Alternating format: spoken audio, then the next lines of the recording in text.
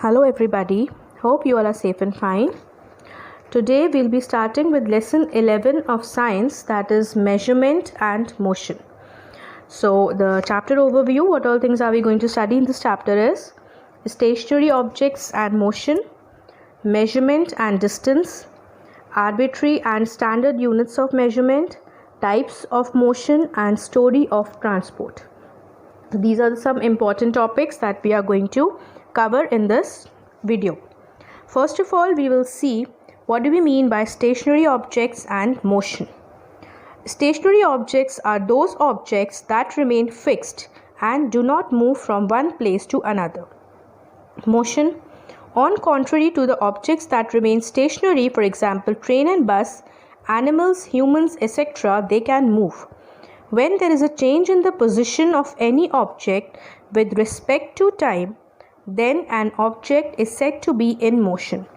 For example, if the position of bus changes with time, it is said that the bus is in motion.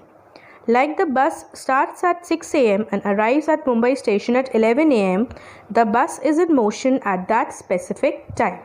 So this is the meaning of motion. Next topic that we have is about the measurement and need of measurement and the distance. So first we will see what do we mean by measurement. When there is a comparison of an unknown quantity with some known quantity, then it is known as the measurement. The result of measurement. The result of measurement has two parts. One part is the number and another part is the unit. The known quantity which is used in the measurement is called a unit.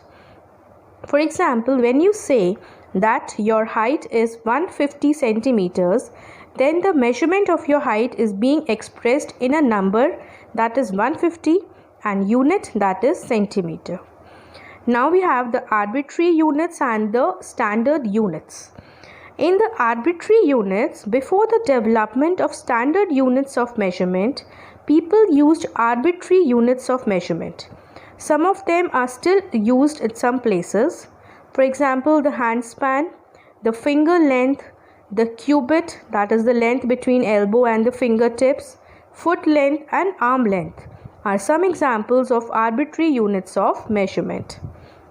Now, what were their disadvantages?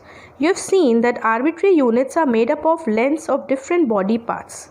These lengths can vary from one person to another.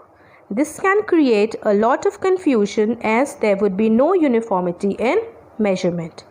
So now these disadvantages led to the development of standard units of measurement. To maintain uniformity in measurement, standard units of measurement were introduced in different parts of the world at different places. Napoleon is believed to introduce most of the standard units of measurement which are being used today. Like if we see, for example, if we have the SI unit of length. Meter is the SI unit of measuring length. The symbol of meter is M. The SI unit for measuring mass is kilogram. Its symbol is kg. And the SI unit of measuring time is seconds and its unit is S. Okay, so these are the SI units of measurement. Next important topic that we have is about the distance. Distance refers to the length of space between 2 points. For example, the distance between Lucknow and Kanpur is 88 kilometers of length. So, in ancient times, people used various ways to measure distance, like the length of foot, the width of the finger and the distance of the step. But these could not be used as the standard units of measurement. So, there was a system devised that was the SI unit which was accepted all over the world. Now another topic that we have is the types of motion. Now in this we will see different kinds of motion that exist and which we come across in our day-to-day life. So the first one is the linear motion. When the motion is in a straight line, it is called a linear motion.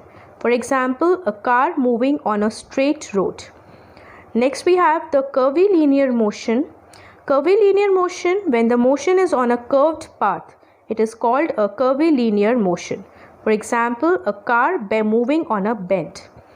Then circular motion, when the motion is in a circular path, then it is called a circular motion. For example, the motion of the earth in its orbit. Next is the rotation. When an object moves around an axis, it is called rotation. For example, the rotation of the earth on its axis. Periodic motion. When the motion is repetitive after a fixed interval, then it is called a periodic motion. Okay, so these are some important types of motion that we come across in our day-to-day life. If we see in detail about the rotational motion, when an object turns about a fixed axis, it is called a rotational motion. For example, the wheels of the car move in rotation and the earth rotates on its own axis. So the body will remain fixed, but it will move on its own position. Then it will be known as the rotational motion. Next we have is the story of transport.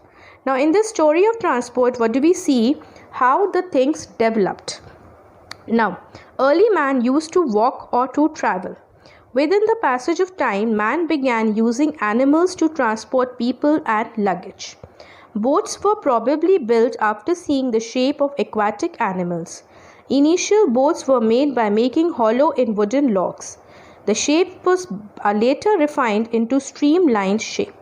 Discovery of wheel dramatically changed the modes of transport. Animal-driven carts could become a possibility after the discovery of the wheel. Steam engines brought the next big revolution in the modes of transport. Steam engines altogether replaced the animal-driven carts. Railway networks spread because of steam engines. Internal combustion engines made it possible to replace the steam engines. Moreover, internal combustion engines also made it possible to make vehicles for personal transport. Then jet engines came, which helped in making the aircrafts faster. So this is the story of transport, how from moving on legs to moving up to the jet engines, the technology has developed. Okay, so what all things have we seen in this chapter? We have seen about the stationary objects. We have seen the need of the standard units of measurement. Then we have seen the different types of motions, and we have seen the story of transport. This is all what we have to study in this chapter. The question answers link will be given in the description box. You can finish up your work, and next we will be soon meeting with another chapter. Till then, stay home and stay safe. Thank you.